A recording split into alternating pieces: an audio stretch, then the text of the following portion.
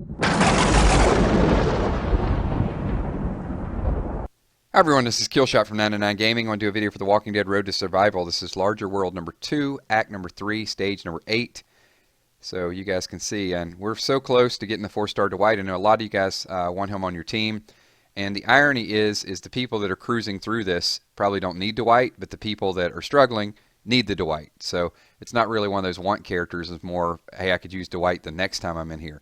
So hopefully I'm going to do a little bit more of a walkthrough today and address some of the questions that some of the newer players have, and hopefully we can get some of the comments from the veteran players that have been through this. So the first thing I want to do is talk a little bit about team synergy, because some of you guys that are linking teams, your teams just don't have that cohesion that you need in order to get this done. So that, and I know one of the criticisms that's always going to come out is it's easy to say when you're using a 5-star Rick, but you know, even when this 5-star Rick was tier 1, tier 2, tier 3, I use him for the leader skill more than I used him for anything else.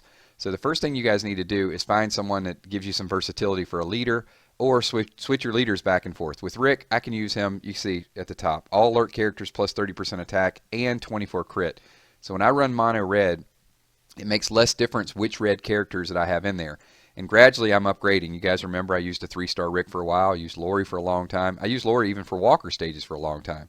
Now we got Amy at a point where she's a little bit more legit. And, you know, she's got that guaranteed headshot. I've got Rick Jr. over here, which gives that plus 12 crit. Hey, look, plus 12 crit is not huge, but every little bit of crit that tacks on is a big help when you got 24 crit with your leader, and then you got a nice adrenaline rush. But one of the most probably underutilized things in the game is you got to be able to switch your weapons back and forth. So you can see with this particular team, I've got crit weapons, 3 and 4-star all the way across the board.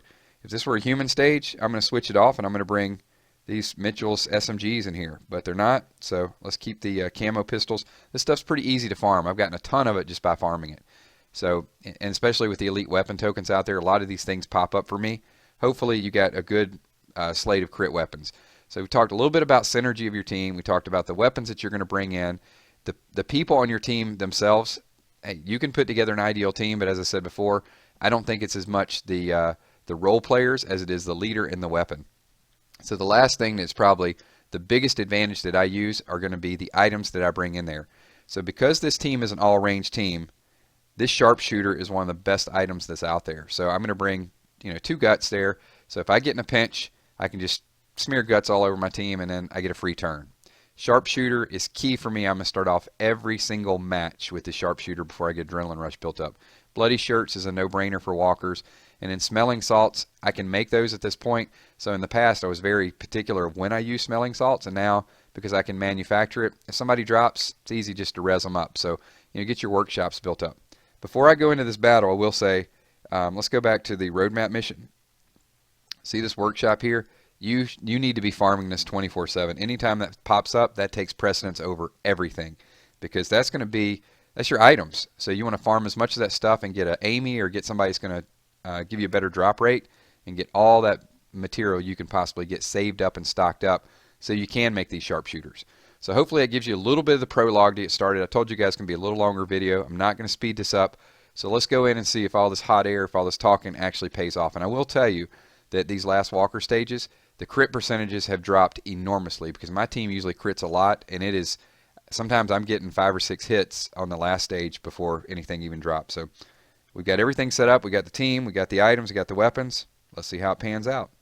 All right, so we got 12 walkers left and right side. So as mentioned before, look at all the people that get the benefit of the sharpshooter. So you guys that are mixing your team and going, you know, half melee, half ranged, you're not going to get the full benefit of this crit unless you bring 2 different items. So sharpshooter is going to help 5 people. Unfortunately, Glenn is melee, but if you guys have a melee team, then Glenn might fall into that category, and it may be a little bit easier, you guys, if you guys are using Molly as your leader as opposed to me using Rick. So yeah, Molly might be a little stronger choice for some of you guys to get the benefit off of Glenn. But we've got everybody buffed here. So let's, at this point, just face roll. Doesn't matter who we attack in the first round. We're just hoping to get a lot of crits. And we didn't. We only got 1. So same thing. It's going to hit the closest target. By round number 2, that was a little bit better. But it's pretty random here. So, you know, 3 the second round, I'll definitely take it. And let's see how the third round goes. Not as much. So we need to really come through. And I'm a little concerned with this walker up near the top. And rightly so. So we're going to go ahead and use a bloody shirt here. we just got to be safe. It'd be nice if Amy would have gotten crit there, but she didn't. And we're going to go ahead and turn the tides just to get a crit buff with everyone. And I'm probably going to end up using more bloody shirts unless we just get an amazing round here. And that was a pretty good round, actually. So that actually saved me a few bloody shirts. And now we're back in range. Look, I ain't going to count my chickens yet, right? So we still need a couple. But we went 2 for 2. All right, we will take it. All right, so here's what we talked about a little bit more, the synergy of my team. So moving into round number 2, I've still got that crit buff from Rick from the previous round. But once that drops off, you can see I've got Rick Jr. with his crit buff already up. So let's hope that we get a nice carryover effect here and get out of the gates pretty good. 3, it's okay. I mean, obviously we've had rounds where we hit 5. But we're going to go ahead and rebuff our crit. It's going to give us an extra 12 crit once again. And we just need another decent round there, so pretty good. 6 down and 2. We're going to hit. Now that was absolutely freaking horrible. Wow, that was terrible. I should have just used a guaranteed crit with Amy right off the start there. So everybody attacked, and we only took down 1 walker. And this is what I'm talking about. It's very, random. More random than I've seen in the past when you get to these final stages. And look, I guess, at this point when you got a good team, they have to make it harder somehow. So the crit percentages are definitely, from what I've seen, much, much lower. But luckily we had Amy's Adrenaline Rush, and we're able to pull through that. So 14 walkers down. So let's move on to wave number 3. You can see wave number 3, we got Turn the Tides back up. So currently we got no crit buff. So I got 2 options. I could save Rick's attack and go with Sharpshooter. I'm going to go Turn the Tides, and we're just going to see if we get a decent round. So 5 people attacking. You know what? We buffed with Rick. 5 other people attacked. We got 3 walkers down. I'll take that any day of the week. So pretty good percentage there. And that was a very nice round there. So getting 5 down. And actually I feel like we called up a little bit. So 11 out of 12. And here's another thing that people do a lot of times as well too. I don't want to attack with anybody that's got, and I know it sounds like common sense. If someone's already got a rush, who's the next person I want to build their rush? It's Amy. So I want to go ahead and get a cheap shot with Amy. Then with Rick. And now it doesn't matter. I can hit with whoever. But just to add a little bit of that AR line down at the bottom so I can use them a little bit sooner. All right, so let's move on to wave number 4. So wave number 4, we got a choice here. So we got, is the instructive commands with Rick going to be enough? Or do we want the extra 20? So I can get an extra 12 or I can get an extra 20. And this stage looks a little dicey with me. So you know what I'm going to do? I'm going to go ahead and I want the extra crit because I got a bad feeling about this stage. And I'll save the other instructive commands. So we're able to get 3 down. And now I've got every Adrenaline Rush built up. No one in range of hitting us just yet. So let's hope for another good round there. So another 3. So we got 6 out of 12. Now we got walkers in range. But we still got that buff up. And I do have Amy's guaranteed crit up in case I need it. But we cleared out everything that we needed to clear out there. So 11 out of 12 with all our Adrenaline Rush up. No issues there. So let's move on to wave number 5. So you can see we're in the home stretch now. We have a lot of items left over. So part of the key as well too is not using all your items. At this point with 2 waves to go, I've got 9 shirts left. I got smelling salts left. I got camouflage. So even if I completely miss, I can almost camouflage my whole team. So we got no crit built up. Let's go ahead and turn the tides with Rick, and let's just face roll across and see. And I probably jinxed myself there because I said I had all these bloody shirts, and we only got 1 down. So let's see if this round is a little bit better. It was. Nice 4 crits there. And let's see what we got here. So we got 1 in range. You know what? I'm going to go ahead and let's gamble. Let's see if Dale can get it, and he can't. We'll go ahead and finish it off with Amy. So 4 walkers to go. And look, we got a free round here. None of them are in range. So any ones that we kill there, to me, is just a bonus. And, also it's probably good that we didn't kill them all because we get 2 free attacks with Rick and with Amy to build up that Adrenaline Rush going into the 6th and final wave. So here we go. Here's the home stretch. We got nothing built up as far as crit right now. So let's go ahead and turn the tides. Looks like they're a long way away. I mean, they're really literally off the screen, but who knows how fast they're going to move. So let's see how this first wave goes. 3 down.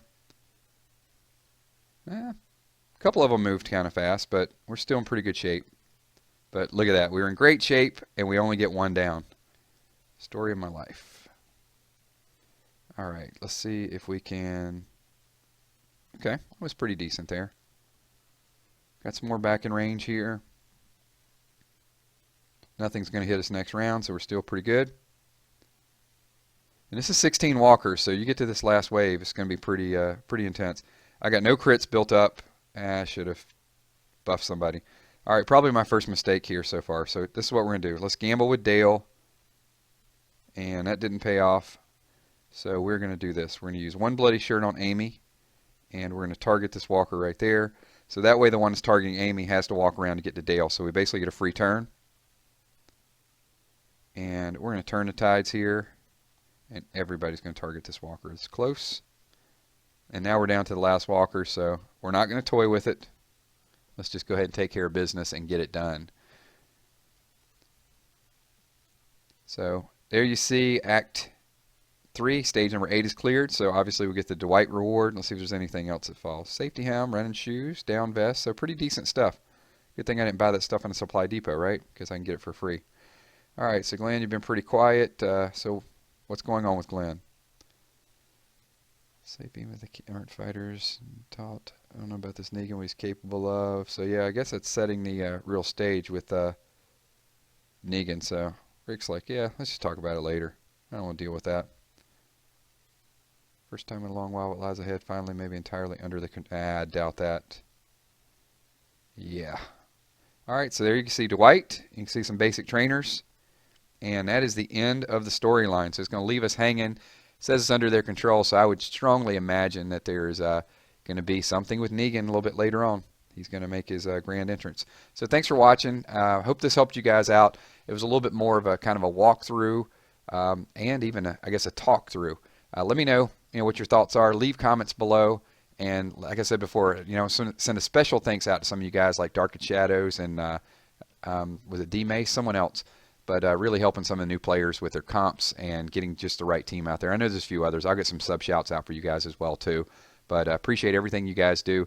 Let's help some of these new players really farm this area, because this 4-star might not be important to you, but it's going to help somebody out that's new to the game. My name's Killshot. Thanks once again. Talk to you guys soon. Stay safe. Peace.